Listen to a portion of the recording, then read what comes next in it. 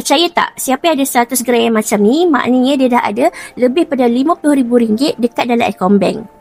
Tapi realitinya nak kumpul duit sebanyak ni dekat dalam akaun bank macam mustahil. Sebab duit ni sifatnya untuk dibelanjakan, bukan untuk disimpan. Bila kita nampak duit yang banyak dekat dalam akaun bank, automatik otak kita dia kali get nak fikir, nak beli macam-macam, nak shopping macam-macam.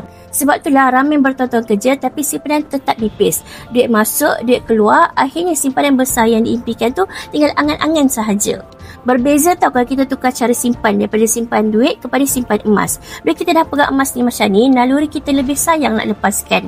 Ia akan jadi aset jangka masa panjang, bukan duit yang hangus untuk dibelanjakan. Lagi best nak mula simpan emas ni tak perlu modal besar pun.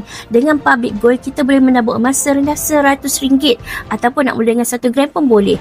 Hari ini, 1 gram emas sekitar RM568. Bayangkanlah kalau 2 hingga 3 tahun lepas, kita dah mula konsisten menabung 1 gram 1 bulan. Hari ini mungkin kita dah ada puluhan gram. Malah mungkin dah capai 100 gram emas yang pertama. Sebab itulah jangan tunggu lagi. Mulakan dengan apa yang ada di tangan. RM100 pun boleh. Yang penting kita konsisten. InsyaAllah satu hari nanti kita akan capai simpanan emas 100 gram yang pertama, bernilai lebih daripada RM50,000. Bagi berminat untuk mulakan tabungan emas, boleh isi borang sign up dekat bawah tu ataupun tonton video Fiza Dipin untuk cara mulakan simpanan emas. InsyaAllah Fiza akan bantu dan bimbing tuan-puan sebaiknya.